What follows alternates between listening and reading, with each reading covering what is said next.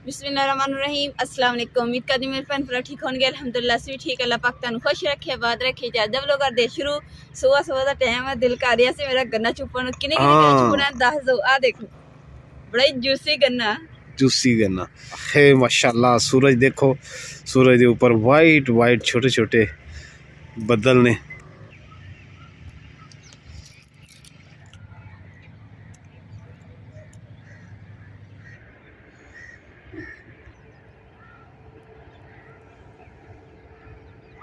अल्हम्दुलिल्लाह से वाकशा करके गन्ना शन्ना चूप के घर असी आ गए हैं।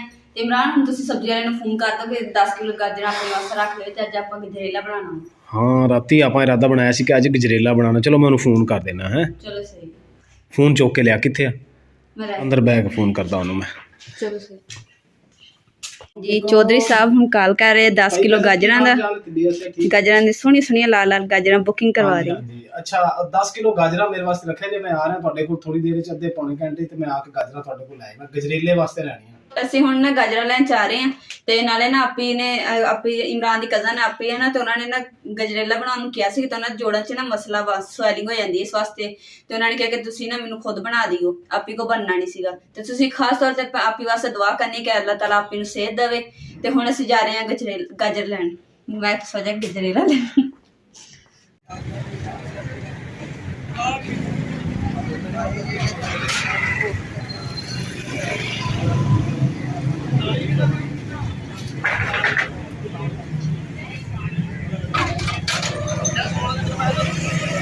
चलो जी गाजर ले रही है। ठीक है 10 किलो है मेरे ख्याल 8 किलो आ 2 किलो आ। हाँ जी अल्हम्दुलिल्लाह असी ना बाजारों गाजर लेके घर पहुँच गए। साढ़े दरवाजे को रख सीधे जन्नत का दरवाजा आ गया क्योंकि घर जनता ही होती है, अल्लाह अपना भी देगा। रंगीली ने भी गाजर टंगी हुई ते मेरे हाथ दे विच भी गाजर। लो जी बेगम साहबा हेलो। हुण ये ना कह दे कि गाजर चुकन नाल मैनू चुक पै गई है। तेरा पता ही नहीं लगता। तू कहना इमरान मैं गाजर चुकिया सी मेरे मोढे नूं चुक पै गई है। जिन्नू भी पैंदी है। चलो जी माशाल्लाह गाजर अलहमदुल्ला आ गई ने ते इन्हां दा असीं बनावांगे गजरेला और इंशाल्लाह ताला बड़ा टेस्टी बनेगा। बेगम साहब ने फुल फोकस करना है, फुल फोकस। जिदा इम्तिहान फोकस करी दे ना इदा ही तू गजरेले ते फोकस करना है कि समझ तेरा इम्तिहान है। ठीक है ना? मैथ दे पेपर देना तू, मैथ दा रियाजी दा पेपर है, मर्जी टेस्ट होए पास हो जाना इंशाल्लाह। चलो लग जाऊ पता। गाजर बेगम सोहनी हैगी है, सही गजरेला बनू ना इन्हां दा। लाल लाल सोहनी सोहनी गाजर घैंट जिहा गजरेला बता दी है।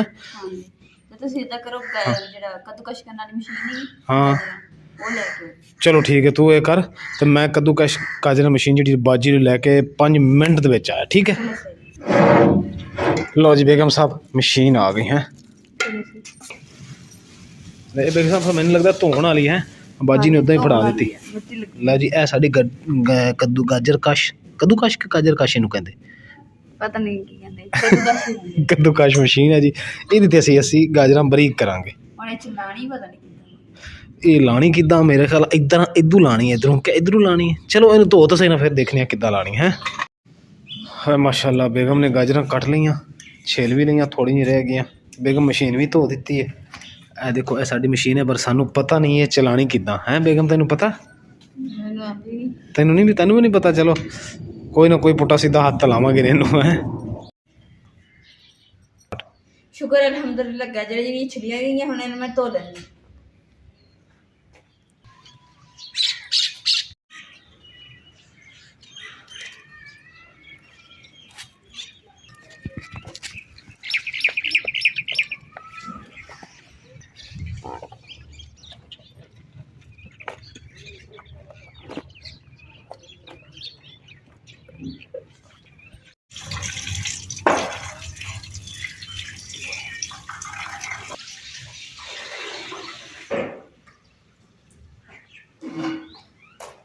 हम कद्दूकश करनी शुरू कर दी।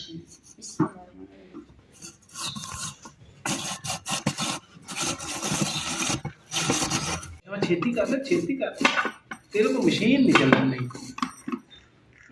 लाल का जोर जिन्ना हैगा लाल है ला दो ला लगदा मैं भी चलानी पैनी ए यार ए ला ले ए ला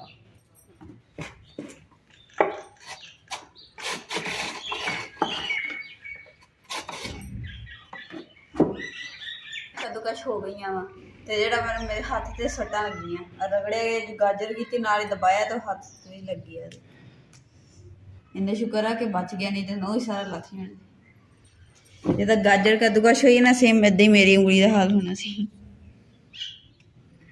गाजर जड़ियां ना गल गईयां वा हुण इन्हां च बाकी चीज़ां जड़ियां ना ओह पानी है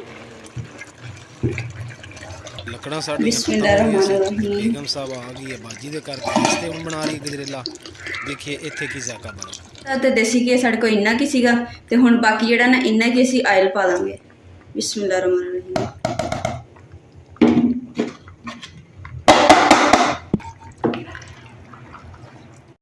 अल्हम्दुलिल्लाह बाकी चीज़ां पाती हैं। हुण 1 किलो चीनी पा देने 10 किलो गाजर ते किलो चीनी ते 2 किलो दुध पाया चला अल्हम्दुलिल्लाह साडा गजरेला जेड़ा तैयार हो गया वा हुण इहदे विच पाने आ ड्राई फ्रूट मूंगफली चारों मगज गिरी ते सोगी ये सारी चीज़ां असीं पाउण लगे हुण गजरेले दे विच बिस्मिल्लाहिर्रहमानिर्रहीम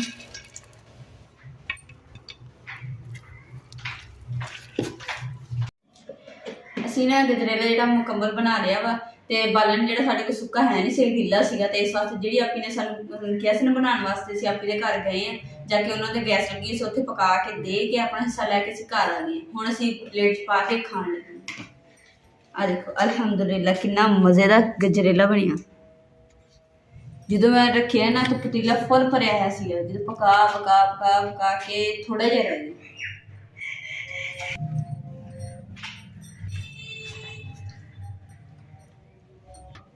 बिस्मिल्लाहिर्रहमानिर्रहीम माशाल्लाह गजरेला बहुत मज़ेदार बनया उम्मीद करती मेरे भैन भरा साढ़ा अज व्लॉग पसंद आएगा सारे चैनल लाइक करो शेयर करो सब्सक्राइब करो और अपनी फैमिली जरूर शेयर करो अल्लाह पाक तुहानू खुश रखे आबाद रखे अपना और अपनी फैमिली का बहुत ज़्यादा ख्याल रखे अल्लाह हाफिज़।